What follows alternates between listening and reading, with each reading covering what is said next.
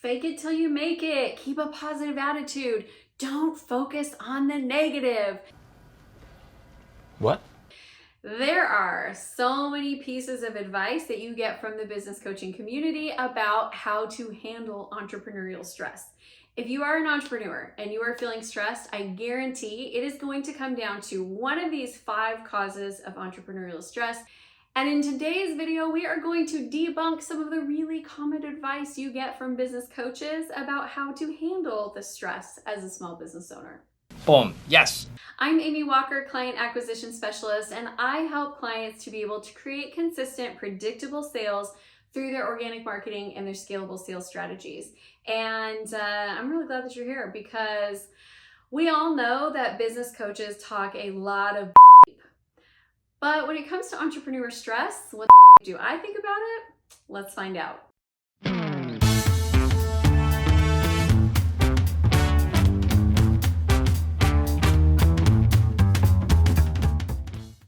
If you're watching this video, chances are you're an entrepreneur who's feeling stressed out and you're trying to create a more healthy relationship with stress. I could see that as a very real possibility. So I congratulate you and applaud you for being here. This is a great first step. So out of all the things that you could be stressed about, they're gonna boil down into one of these 5 categories of entrepreneur stress. We're gonna talk about them, and then I'm also going to break down the worst business advice I've ever been given about stress management, and also the best advice that has actually moved the stress needle and helped me to feel more calm and peace as I'm growing my business. Michael, I like the sound of your voice. So if you stick with me until the end, you are going to really have clarity around why you're feeling stressed out and what you need to do about it. You've got to be kidding. You could, at the end of this video, make some positive changes that will decrease your stress level immediately. Okay, are you ready for it? Here are the 5 root causes of entrepreneurial stress. Number 1 is financial insecurity. You don't know if you're going to pay your bills. You don't know if there's going to be money coming in next month. Maybe this month is really great, but you're already thinking ahead like, but what if next month is bad, right?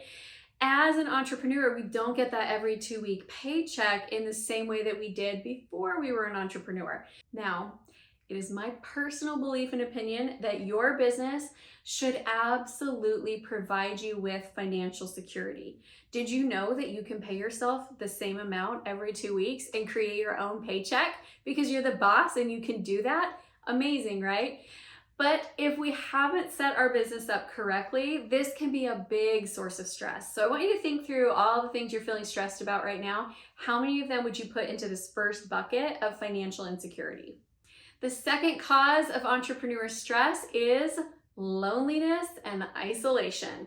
Sometimes you spend a lot of time working by yourself. You don't have coworkers, you don't have a manager, you don't have people to bounce ideas off of. And when something goes wrong, it kind of all comes down to you, and then we internalize it.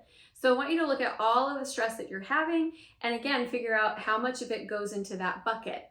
Because again, these are all optional. We can set up a context where we have a mastermind. We have maybe not a manager, but a coach. We have our group of biz besties that we bounce ideas off of each other and help each other problem solve. So we can create a context where the isolation and loneliness don't have to be an issue.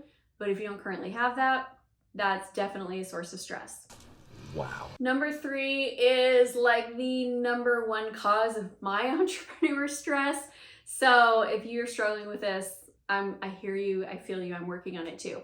It is connecting your identity and your personal value with your business results and progress.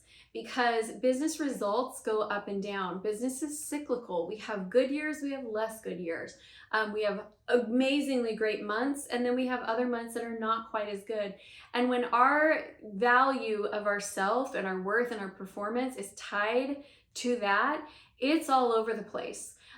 One of my things that causes me the most amount of stress is watching clients struggle.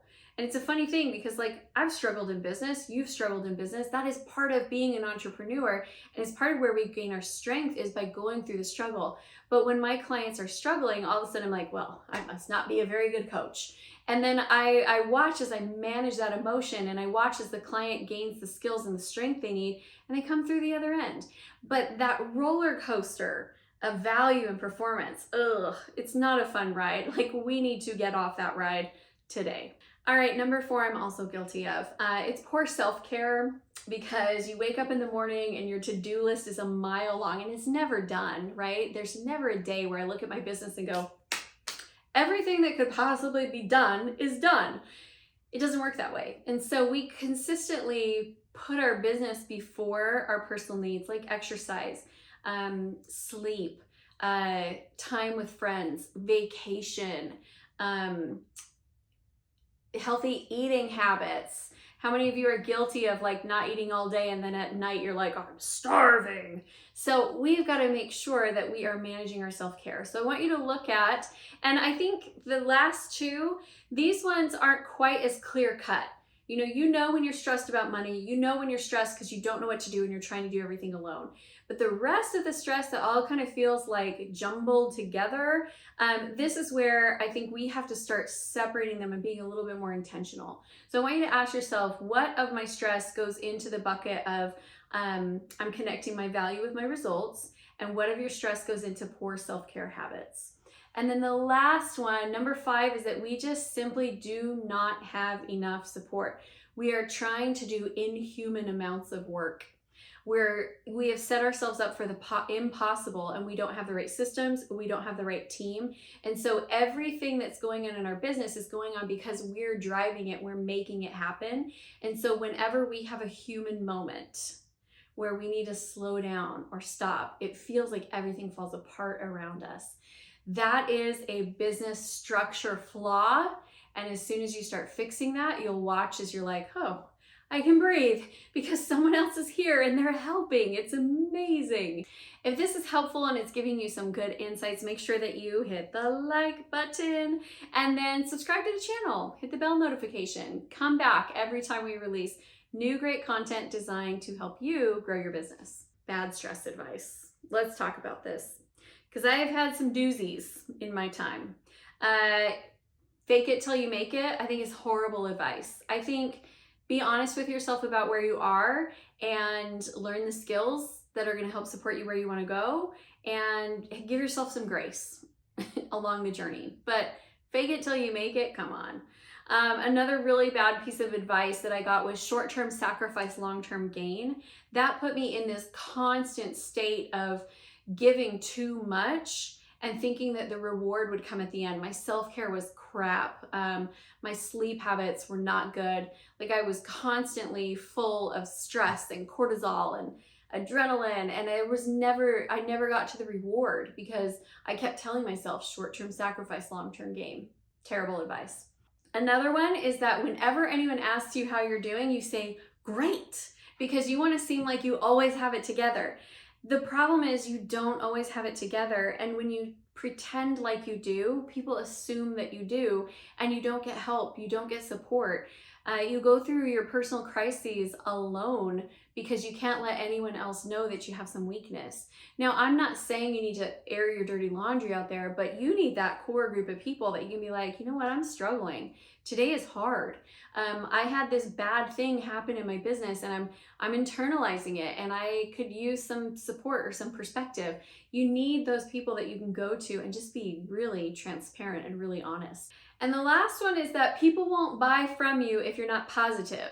Okay, now this one is kind of true, but it's just a little twisted.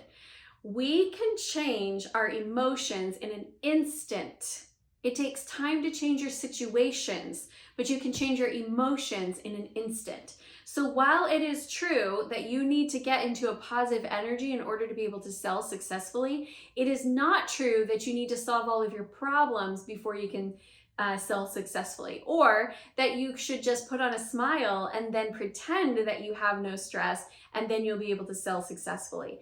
Instead, you've got to learn emotional management tools so that you can recognize and identify how you're feeling and then shift those emotions out so that you can come back in 10 minutes feeling like a different, new version of yourself.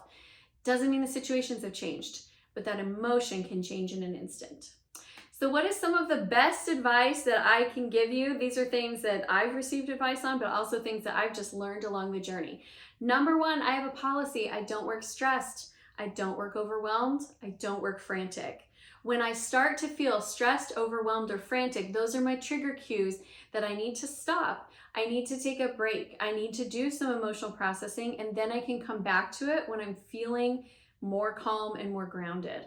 Second is emotional processing. Acknowledge how you feel, acknowledge the stress, and then simply process it. If you're looking for tools on that, there is tons of information on YouTube, on other videos.